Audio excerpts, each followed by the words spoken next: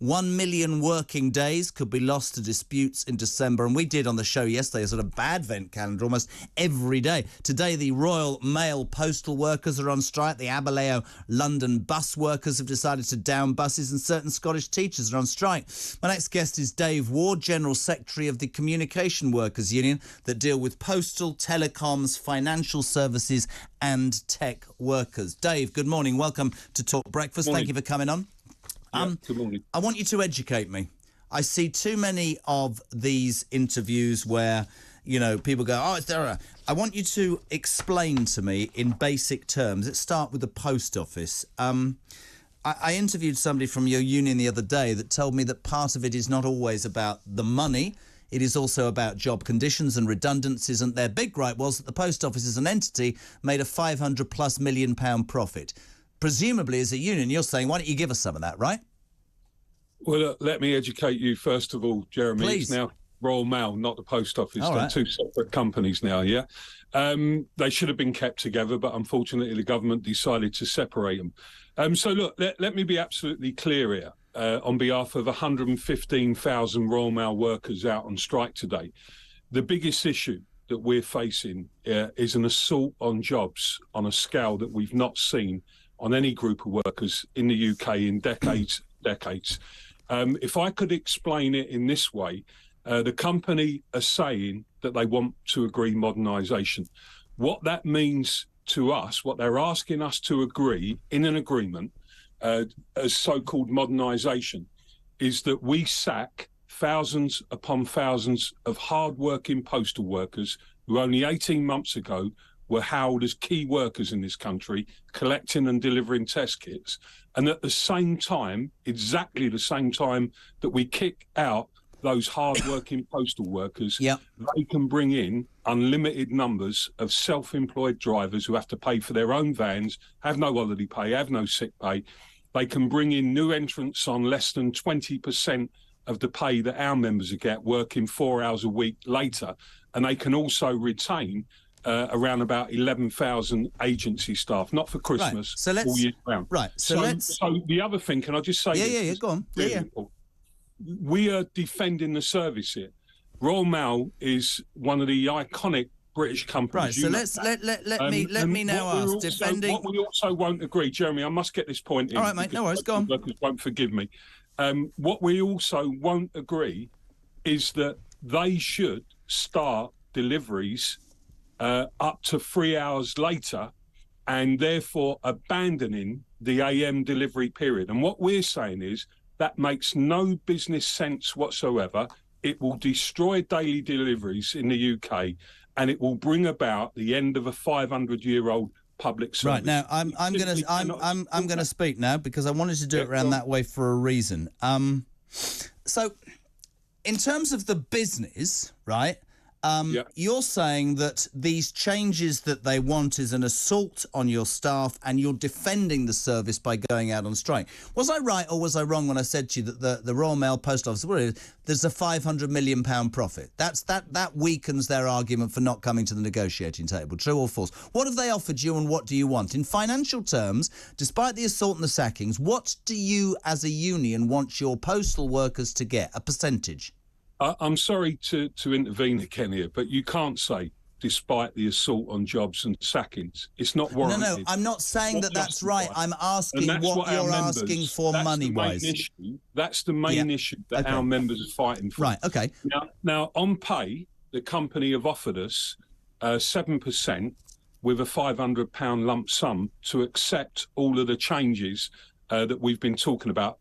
Those changes also include them being spied on every second of the day and bared down upon by the use of technology while they're out on delivery. What would your workers say to many tweets and emails, and we will do this, Dave, as we've always done it, backwards and forwards, because I'm not interested in just a big shout fest.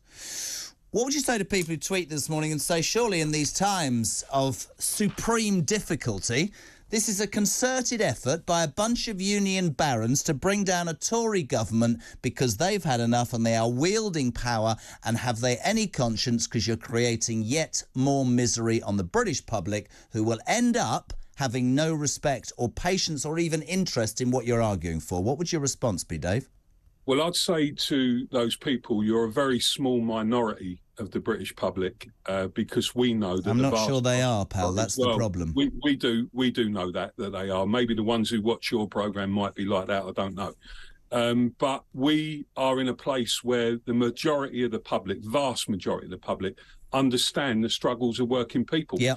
Is it a concerted effort, Dave, led by Mick Grinch, the Lynch? Is it because it appears to be a general strike? Because almost every day there's another strike. You would understand that. Can I say to you that, this idea that working people, I'm just the voice of 115,000 postal workers, decent, hard-working people. Your viewers, your listeners, they will know those people. They see them every single day of the week. They're not militant people. They're not out there making sacrifices in the middle of a cost of living crisis for nothing. They got paid for it, though, didn't they? They're not getting strike pay. They don't get strike pay in our union. We can't afford it with that number. So if they strike today, they're not getting paid for today? They don't get paid for that. That's how strongly they feel. That's how strongly they feel about the leadership of this company that have created a crisis in Royal Mail, and the workforce have no confidence in those people. All right, so let me get this out. Do you understand people's frustration? Yes or no?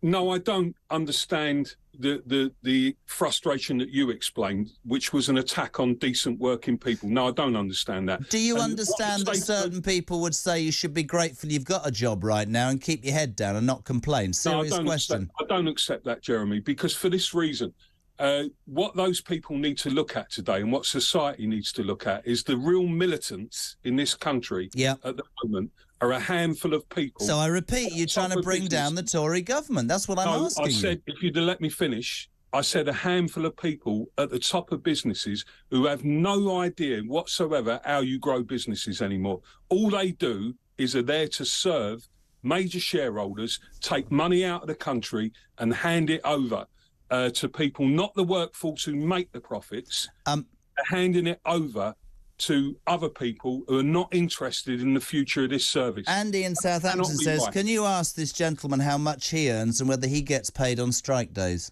I don't get paid on strike days because I give up my money. I earn £107,000 a year as a salary, very high amount of money. I totally accept that, but it's done very transparently. Our members, our branches can come to our conference any year and tell me I'm not worth that. We can't do that to the CEO. I tell you now, our members would sack the CEO. One of the things that could save Royal Mail in the future is a new governance structure where postal workers and customers of the service were actually on the ball. So would it be fair to say, Dave, and the reason I've done it this way is because there's no point in having a shout fest, and I want people to try and understand. I've made the point to you that people, and please let me speak, people who are really struggling to heat their homes or even pay any bills are going to go, well, they've got jobs and they're asking for unbelievable amounts and we're doing this. But what your point this morning is, this is not just a concerted effort to get 19% like the bloody nurses have asked for. You've been offered 7% and a £500 lump sum to accept massive changes, which include laying off people, changing hours, etc., etc.